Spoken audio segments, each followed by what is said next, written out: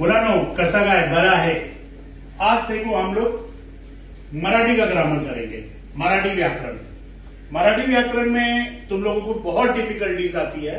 वो डिफिकल्टीज क्या है कि सर वाक्य का प्रकार क्या होता है। वाक्यांचे प्रकार। वाक्यांचे प्रकार देखो, वाक्य के 4 प्रकार होते हैं। पहला विधानार्थी वाक्य, दूसरा उद्गारार्थी वाक्य, तीसरा प्रश्नार्थी वाक्य, चौथा आज्ञार्थी वाक्य। ये 4 प्रकार के वाक्य होते हैं अर्थ के अनुसार। अर्थ के अनुसार वाक्य के 4 प्रकार होते हैं। विधानार्थी वाक्य, जिसको हम इंग्लिश में बोलते हैं असर्टिव। क्या बोलते हैं? Assertive sentence. यस। दूसरा होता है उद्गारार्थी वाक्य। उद्गारार्थी वाक्य को हम इंग्लिश में बोलते हैं एक्सक्लामेटरी। एक्सक्लामेटरी। यस। तीसरा होता है प्रश्नार्थी वाक्य। प्रश्नार्थी वाक्य क्या होता है? Interrogative. Interrogative. This is called interrogative. चौथा होता है आज्ञार्थी वाक्य। आज्ञार्थी वाक्य मतलब होता है imperative sentence. Imperative sentence.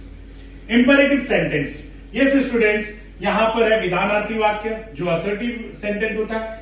Assertive sentence का मतलब क्या होता है? एक ऐसा सेंटेंस जो सिंपल होता है, नो कंजंक्शन वर्ड, नथिंग। मतलब एक सिंपल, हम लोग बोलचाल की भाषा बोलते हैं, मैं जा रहा हूं, मैं आ रहा हूं। जैसे यहां पे है, देखो एग्जांपल, शाळा म्हणजे दूसरी माता होय। इसमें कोई ऑर्डर नहीं है, कुछ नहीं है, एकदम सिंपल सेंटेंस असर्टिव। शाळा म्हणजे दूसरी माता होय, यह है विधानार्थी वाक्य।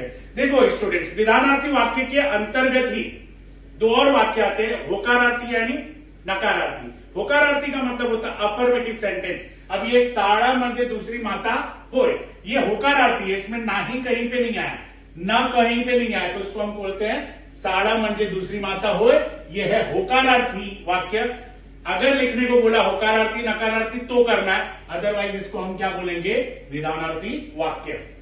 इसी में अगर होता शाळा म्हणजे दूसरी माता नाही, अगर नाही आ जाता तो ये क्या हो जाता? नकारार्थी वाक्य, नेगेटिव सेंटेंस। अब हम लोग दूसरे सेंटेंस में आते हैं, उद्गारार्थी वाक्य। उद्गारार्थी वाक्य मतलब क्या होता है? Exclamatory sentence. एक्सक्लामेटरी सेंटेंस का मतलब होता है जहां पर हम अपनी फीलिंग्स डालते हैं, अपने एक्सप्रेशंस को डालते हैं, अपने जॉय को डालते हैं, अपने सैडनेस को डालते हैं, उसको हम बोलते हैं उद्गारार्थी वाक्य। शाबाश, छानच, खेड़लास, ये हमारी जॉयमेंट है, एंजॉयमेंट है। शाबाश, हम किसी को शाबाशी दे रहे हैं, शाबाश, छानच, खेड़लास, यहां पे एक्सक्लामेटरी साइन आ जाएगा, उसको हम बोलते हैं उद्गारार्थी वाक्य।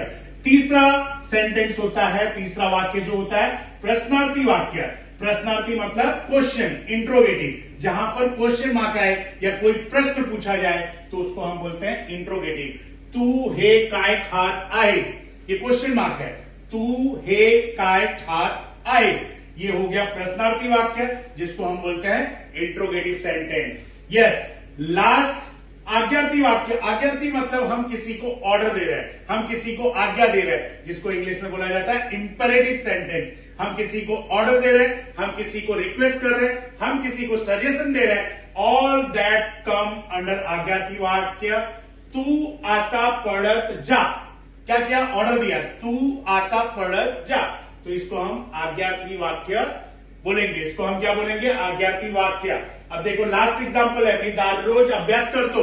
क्या एकदम सिंपल सेंटेंस है, तो ये मी दररोज अभ्यास करतो, इसका आंसर तुम लोग मुझे कमेंट में बताओगे।